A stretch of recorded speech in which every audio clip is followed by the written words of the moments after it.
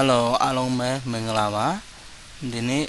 ဗီဒီယိုတစ်ခုကြည့်လိုက်ကြရအောင်1940လောက်မှာကနေဒါပြည်နယ်မှာစစ်ဌာနချုပ်လိုက်ကိုတစ်ခုကိုဒီလာကြည့်လိုက်ရအောင်အပဝတ်တီလေးနော်ဒီမှာအပဝတ်တီလေးပဲအဲ့ဒါစစ်ဌာနချုပ်နော်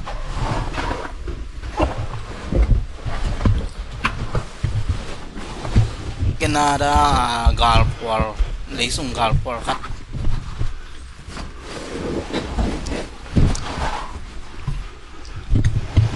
apa titi lewe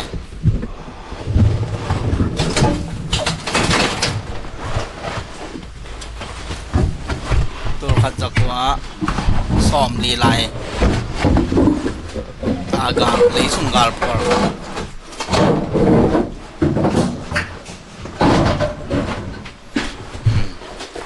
bao con như vậy đây nè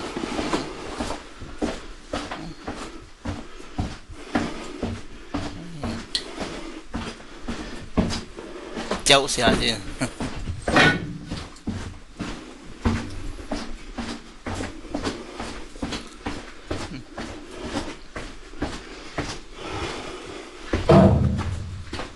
xe vẽ anh ngoài lâm gô lê mà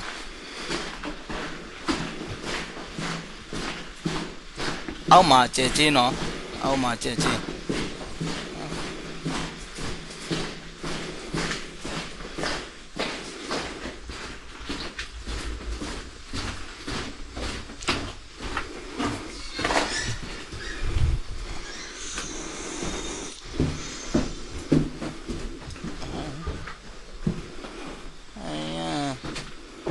nó sẽ về anh nói ạ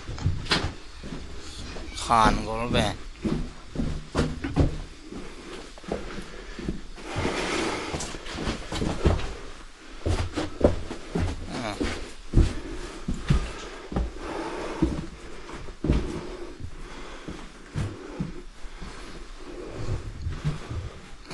ở đây để ẩm đây khán đuổi mía chi nó khán đuổi á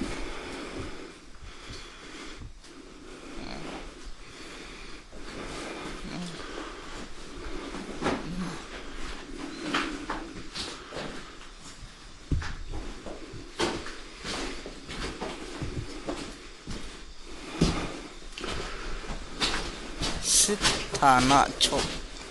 lục vô này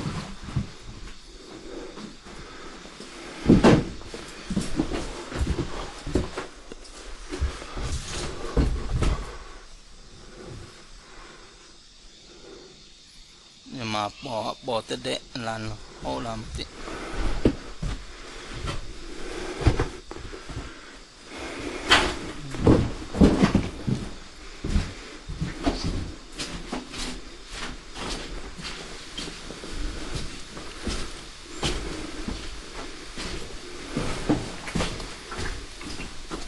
cháu sẽ lào quay tóc ấy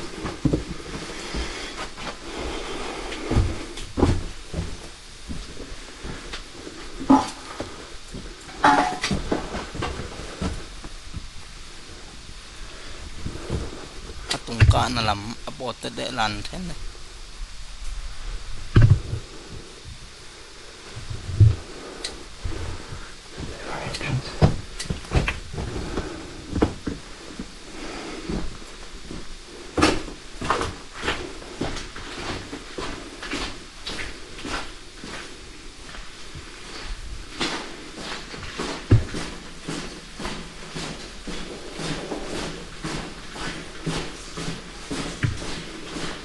nó sẽ về tôi khẩn giặc quá xóm lì ta thông cô ya lì xe đông á tôi khẩn giặc quá xóm lì mà là Canada xịt thả nạ này gù bị khát mà vậy luôn làm